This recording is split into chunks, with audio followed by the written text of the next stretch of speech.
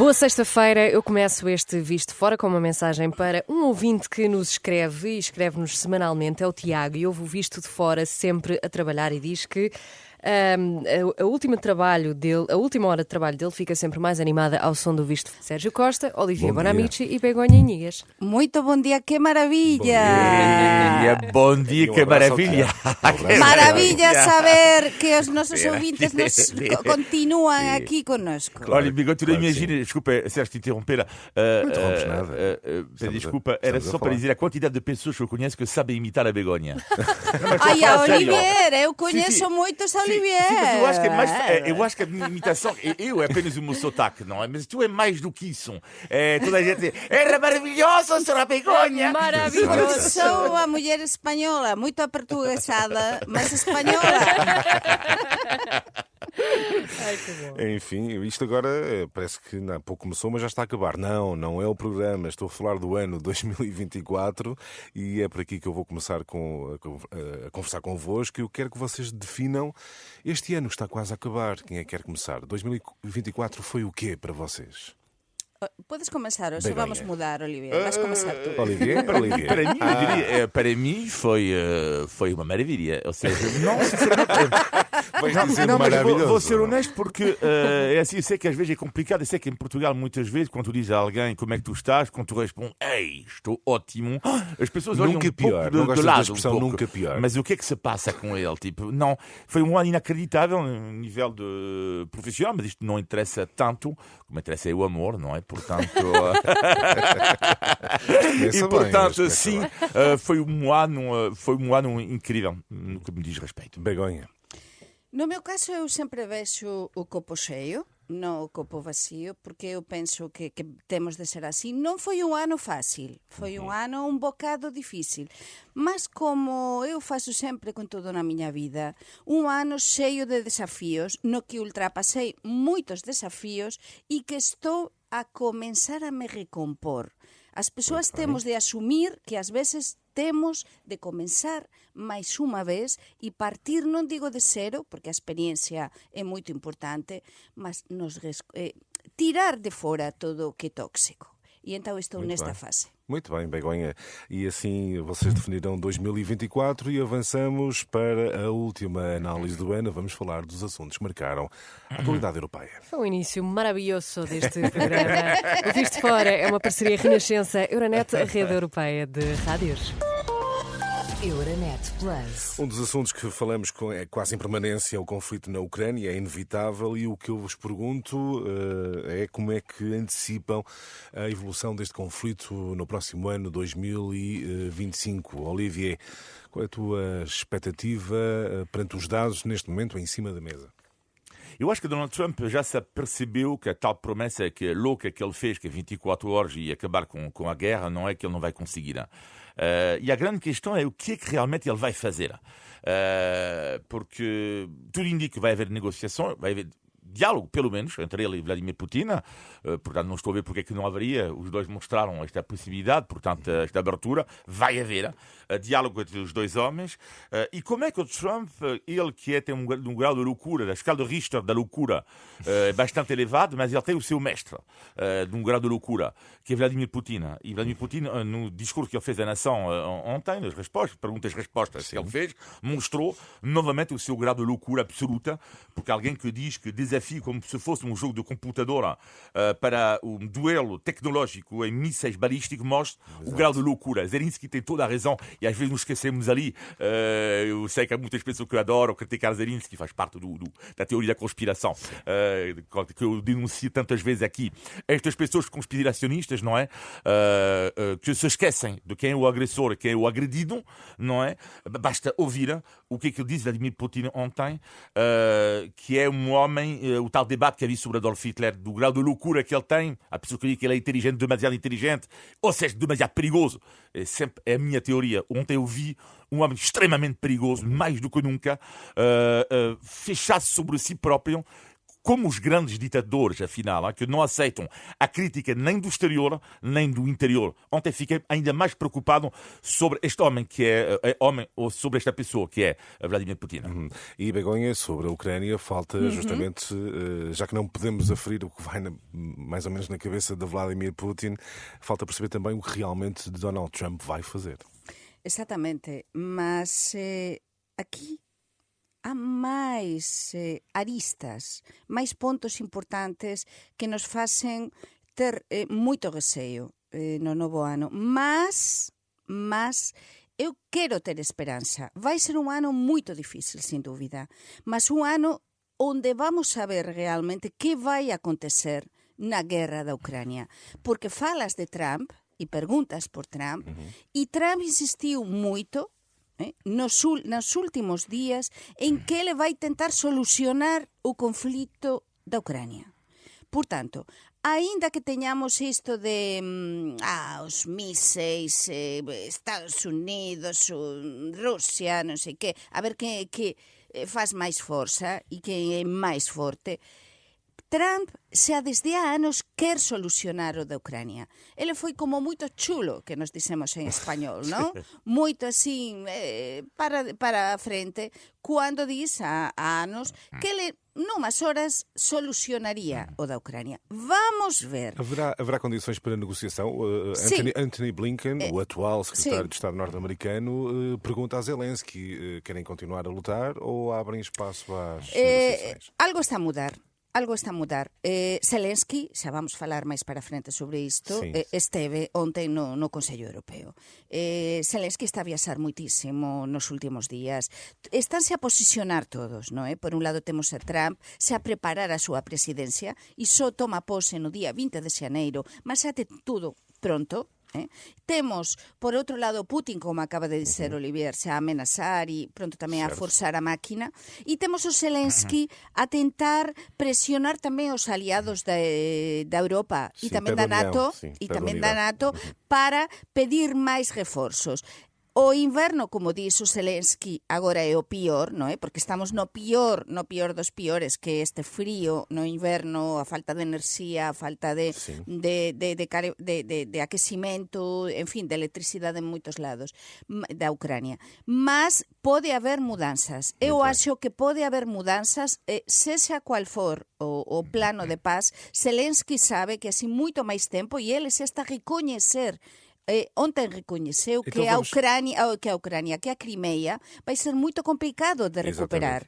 Portanto, algo está a mudar. Algo está a mudar e que sinais foram dados, Olivier, na Cimeira Europeia de Bruxelas, que marcou também a estreia de António Costa. Faço então 2 em 1 em perguntas. Que sinais esta Cimeira deu relativamente ao conflito da Ucrânia e que avaliação fazes da estreia de António Costa como Presidente do Conselho Europeu na Cimeira de Bruxelas? A avaliação é um pouco... no que diz respeito à primeira parte da pergunta, se saiu alguma coisa importante, não saiu nada de importante deste Conselho Europeu, mas ela está também importante, os líderes europeus, nesta hora terrível da Europa, na Europa e no mundo, de se reunirem à volta de uma mesa, não é para falar. Bom, é muito complicado também, para a pergunta, avaliar António Costa, e vou dizer apenas e só o que é que lá está do visto de fora, então se tem dito sobre isso, para já, ponto engraçado a rir, porque, como já disse, não é? Pouca gente conhece lá fora António Costa, que é engraçado, é que... Achas que pouca gente conhece? Também, já te falei disso, tu vais perguntar a um português na rua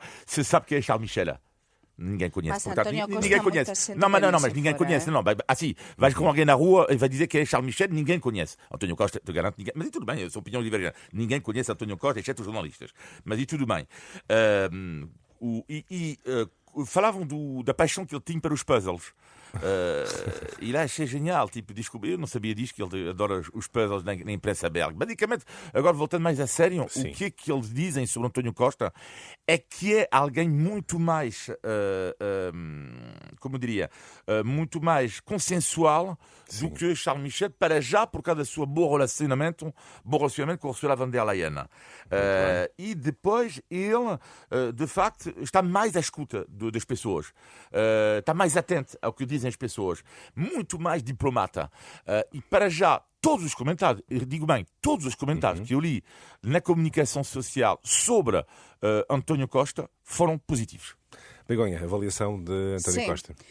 Primeiro, não concordo, e para isso estamos cá, não é? Para não vamos concordar Vocês discordem sempre. à vontade. Exatamente, co que dice Olivier, porque consoante con os países, en España, se agora perguntamos a cualquier español ou española de 30 e tal para cima, van coñecer unha grande parte o António Costa. António Costa en España comezou a ser moito coñecido con a Seringonsa, con o caso da Seringonsa, porque falouse moito na comunicación social e en todos lados. Foi un exemplo. Realmente en España ten bastante popularidade. Claro, eu non sei nos outros países, mas no meu, que é o que coñezo, realmente ele é unha persoa coñecidísima. Non digo que coñecen todas as persoas, como por exemplo a Ronaldo ou a Mario Suárez, por exemplo, mas é unha persoa coñecida, non é descoñecido, non só para os xornalistas. A avaliação que faço é boa. Eu xa disse aquí há varias semanas que achaba que o António Costa ia facer un bon papel. Non só na estreia, sino no seu Mas cargo. na estreia deu bons sinais. Sí, moito bons sinais. Ele estaba feliz. Ele estaba co seu sorriso típico, feliz, á vontade. É verdade que cando falou tiña os papéis normal, comezou a ler, mas iso xa gañara ele pronto, fólego e vontade. Mas non é só iso. Notábase que ele estaba no seu papel. Ele é un bon relacións públicas, é unha persoa que dáse ben, que consegue moito criar sinerxias, non é? Sí. E gañou moito este peso fora como primeiro ministro en Bruselas e na presidencia portuguesa en plena pandemia. Acho que ele gañou moito peso, e depois tamén da Seringonsa, como ele conseguiu tamén este pacto con os partidos á esquerda, foi un exemplo na Europa. Por iso, ele ten grande parte do seu camiño andado, e a ver que é o que acontece. Perceber se de facto vai estabelecer essas pontes exatamente, que para isso está, não é? Para isso está. Exatamente. Fica garantida esta avaliação inicial positiva a António Costa. Neste que é o último programa do ano, escolhemos também outros dois temas europeus, de cada um dos vossos países, um caso francês, outro assunto espanhol. Vamos começar pelo caso francês, caso Pelicot, Gisèle Pelicot, a senhora que foi drogada, violada durante uma década por mais de 50 homens. Enfim, o marido foi condenado a 20 anos de prisão porque está implicado neste caso. Olivier, temos um antes e depois deste caso Pelicot. O que é que isto... eu acho que é complicado, seria tão bom que houvesse um antes e depois. Eu infelizmente não acredito muito nisto. Mas o que é incrível é a coragem desta mulher enfim... O facto dela, foi ela que pediu para no tribunal que não seja a porta fechada, foi ela. Foi essencial. Foi essencial para toda a gente falar desta situação. O que é que de forma mais global, eu diria um debate, e sei que em França tem a ver, amigos meus com quem tem esse debate, em Portugal é igual, sobre a questão que ela colocou, a questão do consentimento. Na conversa. E vou dar um exemplo que me choca imenso. Quando às vezes falo com amigos meus aqui também, ou em França, de quando, por exemplo, um homem e uma mulher têm uma relação sexual e vão, por exemplo, o homem convida a mulher para casa, não é? E ambos estão lá. E a mulher, portanto, entra no caso, ela quer. Bom, ela quer claramente ter uma relação sexual. E vamos imaginar que ela quer. E depois, no momento da noite, ela já não quer. Então, se há sexo, há violação ou não? É óbvio.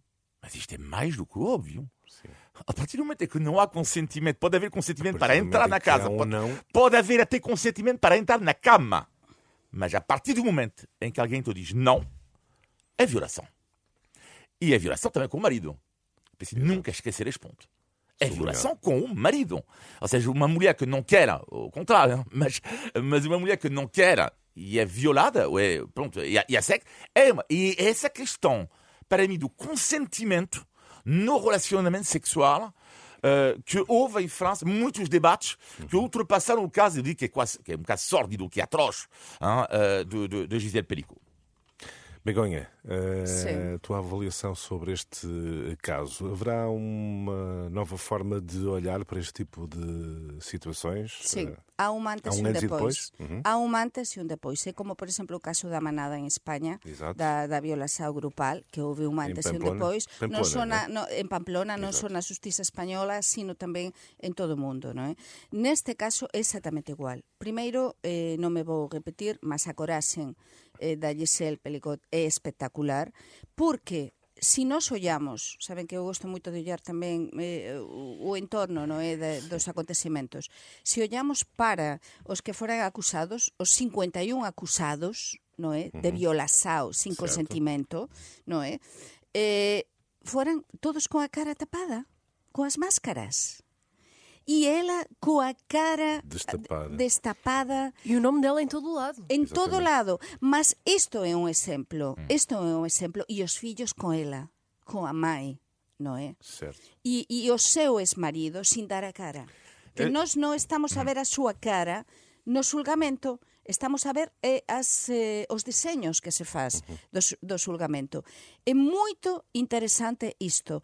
Esta muller, a mágoa que ten interna é impresionante. Iso vai ter para toda a vida, mas tamén ten a tranquilidade de que está a facer algo que tende a fazer porque ela clamava por justiça. E que terá, do teu ponto de vista, consequências. Eu só queria acrescentar um pequeno ponto que achei interessante. Recordei-me esta manhã a forma como é que ele foi apanhada. E esta forma como ele foi apanhado mostra tudo, às vezes, os trabalhos importantes do dia a dia, neste caso, um segurança do supermercado. É uma história ridícula, que é ridícula, grave. Mas estou a falar a forma como ele é apanhado, é que é um pouco assim. É que ele filma com o telemóvel as saias das mulheres. E o segurança apanha isto. E o segurança vai ter uma capacidade, eu revi o vídeo esta manhã, a dizer, não, mas espera aí, polícia, mas é que é polícia já. Não, mas já está, exatamente, que não pode ser, porque havia pessoas que diziam, não é o fim do mundo. Não, o fim do mundo, não. Tu não podes me filmar a saia, não sei o que mais, não podes. E foi através de uma investigação que a partir ia ser só sobre isto, que a polícia começou a verificar todo o resto, todo o conteúdo que havia, de coisas ainda mais graves do que isto. E este trabalho de segurança num supermercado. Um aumento. Inacreditável. E depois, outra coisa, imaginem a vida da Giselle, ir ao ginecologista, ter problemas ginecolóxicos, notar-se muito estranha, ver que doía a cabeça, que estava a perder a memória, e o marido ao seu lado, así, como se nada. Como se nada fosse, não é? E com os problemas que esta mulher teria no seu dia a dia, e pronto, é dizer, isto é terrível. Um desfecho que pode alterar a percepção da sociedade sobre estes casos. Rapidamente, vamos olhar para outro assunto, agora Espanha, futuro de Pedro Sánchez em 2025. Begonha, rapidamente. Vai ser complicado. É o grande supervivente, como temos dito aquí tantas veces, e o saben todos os nosos ouvintes, porque ultrapasou tudo e máis alguma coisa, non é? Mas é que agora ten tantos casos judiciais a súa volta, temos a súa muller a ser investigada, temos o seu número 2 durante moitos anos, a persoa Ábalos, que foi o ministro de Transportes, e o número 2 do Partido Socialista, tamén a ser xulgado por unha trama de corrupção e enriquecimento ilícito. Temos o seu irmão tamén a ser imputado, então, investigado. Que não durará muito tempo? Non sei, con Pedro Sánchez nunca se sabe, mas há algo, eu acho que se ele acabar vai ser precisamente por algún proceso judicial. E depois temos, é moito significativo, Sérgio, porque temos os seus socios no Parlamento, os independentistas da Cataluña de Puigdemont, por primeira vez votaron en contra e con o Partido Popular ontem. Que non é unha coisa moito significativa esa votação, mas todo aponta... indicia instabilidade, não é? Sim, inestabilidade. Não dizer, uma pergunta, para falar muito de Espanha, não? Não, nada dizer para nós lançar um programa, só para dizer que podemos lançar um passatempo. Quem vai cair primeiro? Pedro Sánchez ou Emmanuel Macron? Tecla A, Pedro Sánchez, tecla B, Emmanuel Macron, tecla C para ganhar o jogo da mala. Podemos fazer uma coisa. Os nossos ouvintes, queridos ouvintes, quem é que vai cair primeiro? O francês ou o espanhol? Exatamente. Fica lançado o desafio aos ouvintes do Visto de Fora. Fechamos a análise aos assuntos europeus, avançamos para os temas nacionais. E para quem se ligou agora à Renascença, este é o Visto de Fora, um programa que é uma parceria Renascença-Euronet, a rede europeia de rádios. Euronet Plus. Milano. Zagreb. Bruxelas. Sofia. Riga. Euronet Plus, a rede europeia de rádios para compreender melhor a Europa. E como estamos a chegar ao final do ano, eu pergunto-vos, do vosso ponto de vista, e visto de fora, quem é a personalidade do ano em Portugal e porquê? Olivier, começa por ti. Eu escolhi Luís Montenegro porque de facto é o regresso da direita do poder em Portugal, tem um momento marcante. Eu acho que ele esteve presente num bom momento, no momento certo. Ou seja, eu acho que se não é qualquer um, isto não quero nada disto, pensar isto, mas ele chegou, ele estava líder do PSD na altura certa. Porque a partir do momento que o António Costa, sai, demite, à partida, tudo indicado no contexto que o líder da PSD ia ganhar as eleições, foi o que aconteceu. Portanto, há uma parte que eu acho que ele não tem mérito, que é a questão, que é estar na altura certa, não é? Tipo, ou seja, ele não fez nada para isso, o António Costa que sai, é o destino. Agora, ele fez uma excelente campanha eleitoral. E pouca gente conhecia muito bem Luís Montenegro, e ele de facto fez uma excelente campanha eleitoral que ofereceu a vitória desde o início do governo. Eu diria há um sim ou um não também. O sim, ele conseguiu fazer com que o orçamento seja votado. Portanto, isto é muito positivo. O país não está bloqueado e ele tem uma parte da responsabilidade disso, como o líder do PS também, mas estamos a falar agora do Luís Montenegro. Portanto, isto é positivo. Depois, apesar de tudo, o governo tomou algumas medidas, o senão é que o SNS, vamos ver, a educação, vamos ver, são dois problemas dramáticos de Portugal, mas ao mesmo tempo nós não podemos pedir a um governo, no espaço de tão pouco tempo, de resolver algo que nunca, ou quase nunca foi resolvido. Portanto, eu diria o wait and see para Luís Montenegro. Muito bem, Luís Montenegro escolhido pelo Olivier como personalidade do ano em Portugal e também com o benefício da dúvida quanto à ação governativa. Begonha, para ti, figura do ano em Portugal. Como Olivier tirou-me a pessoa que tiña pensado, porque eu tamén acho que Luís Montenegro está a facer, e foi unha sorpresa, e eu xa tamén o disse cá, foi unha sorpresa realmente, non? Como ele actuou na oposición e depois realmente como primeiro ministro o está a facer, eu acho que moito mellor do que podería se pensar antes, non? Como ultrapasou as dificultades. Mas atenção, eu estive a dar voltas. A quen é que vou escoller? Pois vou escoller así, ouvinte da Renascença. Sí. Por qué? Porque non é só a mensaxe que nos leu a Teresa, e que é verdade, e saben os meus colegas de programa que eu digo verdade nisto, cada vez máis as persoas, no meu caso, e acho que acontece con Olivier, me recoñecen na rúa pela voz, non pela imaxe. Claro, mas é óbvio. Olha, ela vai apanhar aí. Boa tarde. O seu pão estava maravilhoso. Olha, e o que é que ele diz? Mas non é só que me recoñezan, é que as persoas, o primeiro que preguntan, aconteceu esta semana varias veces. Aconteceu no outro día no aeroporto, un seguranza que lle pedín unha información sobre unha porta de embarque e dixe, señora, tengo un programa na Renascença, gosto moito, o vin aínda hoxe de mañá. Vou a unha loxa a comprar prendas para os reis, para levar a España, e encontro unha médica bastante xoven que aproxímase e diz, oye, disculpe, mas a señora é a Begoña, non é? Ten un programa na Renascença, e entón dices, e a señora dalos a preguntar, mas que programa é? Non, visto de fora, é moito interesante.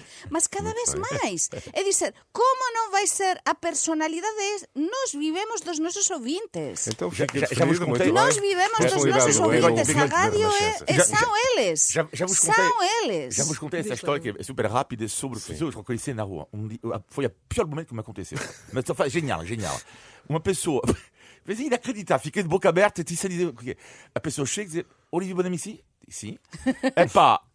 Posso ser, é sério, Olivier Bonamici? Digo sim. Posso ser honesto? Odeio.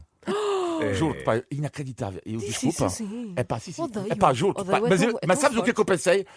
Obrigado, porque vou ter um positivo ou um negativo. Sim. Muito bem, ainda assim, Begonha escolhe o ouvinte da Renascença. Sí, porque a Renascença está a crecer en audiencia. E esta radio, nun tempo e nun país no que as televisores parece que son os reis, ser príncipes e ser príncipes de topo como é a Renascença, pois, olla, e a Teresa Oliveira aquí ten moito a ver con o seu neste espazo, E eu acho não, que este programa é temos vosso. ouvintes de diferentes idades e perfis Exato. profissionais. E isso é muito bom. E pessoas Muito que se bem. aproximam a nós noutros momentos e ouvem o podcast, isso também é interessante. Muito bem. Temos que falar de Natal. Claro que sim, não é? Eu quero que vocês deem a vossa opinião sobre as tradições em Portugal, da noite de Natal, e que comparem com os vossos países. Olivier, vamos a isso? Uau, vou tentar resumir o mais rápido possível. Eu diria que há muitas diferenças.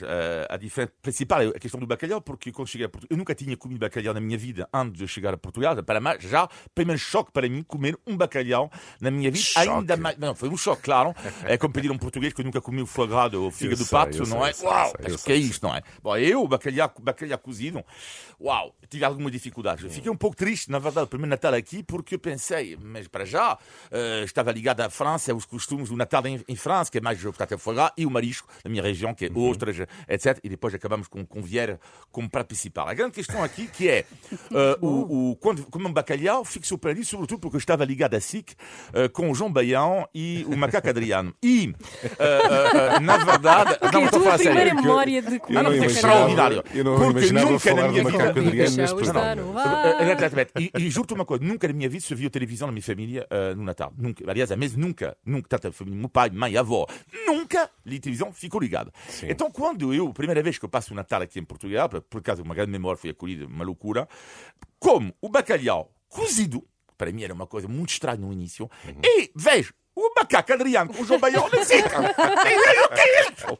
O que é este país? Mas depois eu classifiquei. Tinham de ver Olivier, as E, caras de exato. Olivier. Outra Precisávamos diferença de pôr. brutal, França-Portugal, tem a ver com as sobremesas, que é, em França só há uma para 50, aqui há 50 para uma. Não, mas agora falando da série é... E qual é a tua preferida? Não, e vou te dizer uma coisa, de toda a comida, você sabe que eu sou um fã absoluto da cozinha portuguesa, para mim é a melhor do mundo, é a minha opinião. Uma exceção às sobremesas. Eu não sou grande fã das sobremesas. Eu gosto. Já sei o que Quando vais costumo dizer. dizer que eu não sou grande fã, Posso significa que eu adivinhar? como 2 pratos só. Posso Não, adivinhar? eu gosto de demasiado açúcar para mim. São demasiados doces. Eu prefiro de longe, neste caso, as sobremesas francesas. Porque para mim, os sobremesas franceses têm muito menos doce do que os doces conventuais, que eu gosto. Mas, de facto, quando vejo toda esta mesa é bonita, uma mesa bonita, a mesa portuguesa, vou ter saudades, porque este ano, infelizmente por outro lado, não é? Mas infelizmente não estarei em Portugal este ano Estás em para ter a França. mesa Vais comer portuguesa de marisco. Natal. Vais comer marisco, então. Exatamente. Regressa ao marisco no dia 24. Muito bem. E tu, Begonha, como é que olhas para as Como eu tradições sou portuguesas? ibérica e os ibéricos temos a vantaxe de que temos máis proximidade do que os Certo. franceses. É verdade Sim, há que eu ali non uns Pirineus me... a separar, Cando é verdade. era pequenina eu non comía bacalhau, só comía na Galiza bacalhau o meu avó, non é? O resto, nesa mesa de 20 e tal persoas con pratos diferentes, non comíamos ninguén bacalhau. É verdade que en España temos tal heteroxeneidade que consoante segundo as rexións e comunidades autónomas cómese alguma coisa o bon que ten Portugal e que é un prato prácticamente único que é o bacallau, tamén o polvo Polvo no tamén, norte, non é? O arroz de polvo, mas é único prácticamente. No caso de España é variadísimo de todo, até temos legumes tamén de Natal, no caso da Navarra fantásticas, e temos tamén no caso da Galiza un excelente marisco, como todos saben, un excelente peixe, moitos petiscos, mas na miña casa, Sim. na casa da miña mãe, onde eu paso a consoada, eu consegui que o prato principal Fosse. sea o noso fiel amigo, o Bacalhau. bacalhau. Muito bem. E a Begoña Houve várias vai tradições preparar o portuguesas. bacalhau. Olha, E concordo co Olivier que, neste caso, concordo con ele, que é verdade que eu gosto máis das sobremesas españolas no Natal. Por qué? Porque tamén non son tan fortes. É verdade que as sobremesas portuguesas son moito boas, mas son moito A verdade é que vocês estão cá há mais de 20 anos, E eu acho que estou isso agora- significa alguma coisa também. E é o que eu quero entón, dizer. gosto máis das sobremesas españolas. O turrón español é fantástico e os doces Maravilhoso. tamén. Uma curiosidade é que eu na Bretanha... mazapáns, polvoróns, moito bons. Uma curiosidade, na Bretanha, como vamos ser 20 este ano no Natal, e 20, cada um de nós comemos à volta de uma entrada 12 ostras. Significa que temos 240 ostras Que para abrir. maravilha, eu Para adoro, abrir. São adoro 240 ostras para abrir. E o que 240. é genial, minha família, a tradição, é o que é que a gente faz? Nós vamos todos fora, com um copo de vinho branco, e vamos abrir as ostras. Só que o problema é que, sabe como é que isto acaba a história, não é? São 240 ostras, após 1, 2, 3 copos de vinho, acabamos com o braço cortado, com uma veia. Calma. Porque abrir uma ostra não é algo tão fácil como isso. Exatamente, não é nada fácil. Mas olha, que bom. É muito bom. Comer Olha, a ostras. prova, Sérgio, eu não sei se me deixas avançar ou não, mas a prova de Sim. que eu e tu temos uma telepatia impressionante e não lá. combinámos isto é que não sabes o que é que vem aí agora no índice de Então vamos a atualidade. isso, vamos a isso. Índice de Tugalidade. Primeiro que tudo, e porque é o último visto de fora, vou pôr aqui uma música de fundo, é uma homenagem ao Olivier, que adora música de elevador. Elevador. É a preferida dele. Ele acorda todos Estás os aí, dias e ele Olivier? ouve música de elevador. O que é que achas, Olivier? Não vais embora, pois não? Esta era boa. É giro, não Ele é? muito bom. adora. Então, no índice de atualidade de hoje, já sabe, aliás, que testamos aqui os conhecimentos do Olivier e da Begonha. A pergunta é: porquê é que nós comemos bacalhau no Natal? Porquê que será? Porquê que será que nós comemos bacalhau no Natal? O que é que nos faz Porque comer na bacalhau? altura um prato pobre, non acho había que- tanto peixe, é verdade que xusto na costa sí, moito peixe fresco, mas no interior há séculos non había o peixe, non había facilidade do peixe fresco todos os días, entón o bacalhau realmente salgado, como acontecía con a carne salgada tamén e todo iso, conservábase mellor. Imagino, não é? Ter a ver com Exatamente, isso. é. É exatamente isso. Eu acho uma coisa engraçada nesta pergunta que eu já fiz a várias pessoas é que as pessoas calam-se logo muito. Porque, de facto, é daquelas coisas que nós sabemos Está e sumido, não, não é? está Não sabemos. sumido. Exato, não Então, sabemos a origem. a tradição começou na Idade Média. Os cristãos precisavam de entrar em jejum obrigatório e não podiam comer nenhum tipo de carne nas principais festas católicas, como o Natal, não é? Como o bacalhau era o peixe mais barato, como estavam a dizer e bem, começou então a comer-se bacalhau nestas datas. E foi assim que nasceu esta tradição. Que bom, Muito bem. porque aqui se mantém esta tradição. E ainda bem. E é maravilhosa. Isso é. Índice de Tugalidade. Agora vamos saber como correu a vossa semana. Começamos com o negativo e contigo, Begonha. Neste país maravilloso tamén há coisas E tamén há surreal. coisas que non son tan boas tamén, Son máis exactamente, surreais. é surreal, non é? Que sería Portugal sin as súas coisas surreais, non é? Como diría Olivier. Está ben, pois neste caso é que eu estou un bocadiño farta xa de tantas greves. Mas esta semana xa tivemos agora os bombeiros zapadores se anunciaran greve janeiro, de sim. novo. Mas os Temos comboios- da os comboios saúde- funcionam. Non, os comboios anunciaran. É isso mais importante. Os Aqui em contexto, comboios o anunciaram greve. Olivier está a dizer isto porque a Begonha gosta muito de falar dos Exato, seus dos trajetos. comboios, de exatamente. Sí, comboios. mas aquí, por desgraza, non é só greve nos comboios. Aquí temos algo máis, bastante, e é pena porque aquí están a ver, a resiliencia dos portugueses é incrível, realmente, porque eu non sei en España se aguantaría tanto, porque isto é greve tras greve, tras greve, tras greve, e aquí os problemas estruturais continuan a ser sempre os mesmos. Por que non se ultrapasa todo isto e se tenta solucionar os problemas estruturais dunha vez? Non é? Educação, Muito bem. saúde pública, o tema dos transportes, há unha serie de problemas. E o teu desde sempre. negativo, O meu Olivier? negativo, como vai acabar o ano, o meu negativo é que o 2024 acabou e ainda não fui chamado para o teste de língua portuguesa, para eu ser português. O que é que eu tenho que fazer? Já não sei. Já é um ano. Eu vou dirigir ao presidente Marcelo Rebelo de Sousa. Presidente, eu amo este país como eu acho que pouca gente o ama. Eu tenho 2 filhos que nasceram cá, vivo aqui há 30 anos, sempre paguei os meus impostos, a minha segurança social aqui, desde que eu vivo aqui, pelo menos, não é? Eu já não sei o que é que fazer, cortar uma veia, uma coisa está garantida, Presidente. Uma coisa está garantida, Presidente Marcelo Rebelo de Sousa, eu nunca vou fazer greve da fome, porque eu gosto demasiado da comida portuguesa para fazer greve da fome, para se ter a nacionalidade. Mas sim, para mim o negativo, estou à espera desta chamada para finalmente receber, não tanto o cartão que me interessa, porque infelizmente é uma coisa hoje em dia já não tem a beleza do bilhete de identidade, é o passaporte. para ter finalmente o meu nome associado a este belo país que é Portugal. Depois tens de nos contar todo esse Sim, processo. claro que sim. Queremos Olha, saber. mas eu acho que o Presidente da República vai saber que tu falaste disto, porque algúns dos seus asesores claro, e persoas estão a ouvir. próximas con certeza que van saber. Então, Presidente Sérgio. Olivier está aqui a fazer uma chamada para si. Estou já. Tu ias dizer? Sim, é só uma informação de última hora antes de avançarmos para o positivo e que queremos Marcelo já terminar com o positivo. respondeu. Não, Marcelo ainda não respondeu, isso seria muito Agora positivo. Não, essa é uma situação, enfim, com alguma gravidade. A embaixada portuguesa em Kiev foi atingida por um míssil russo. Daqui a cerca de 10 minutos teremos atualização. Não há danos substanciais, mas teremos declarações do Ministro dos Negócios Estrangeiros, Paulo Rangel. Fica esta informação. Vamos então avançar e terminar em beleza com o positivo da semana. Muito bem, Begonha, o teu positivo. Custa, a verdade, nós somos xornalistas e então isto é actualidade e notase que isto é directo, mesmo directo. Mas o positivo, e con todo isto tamén negativo que acaba de acontecer, son estes preparativos de Natal. Há persoas que están a correr sempre, que están estresadas. Non, eu gosto destes días previos. Gosto de me encontrar con as persoas, combinar un cafeciño con unha amiga, combinar un almoço improvisado, non só tanto estes xantares. Onte, por exemplo, un xantar tamén improvisado con algunhas amigas.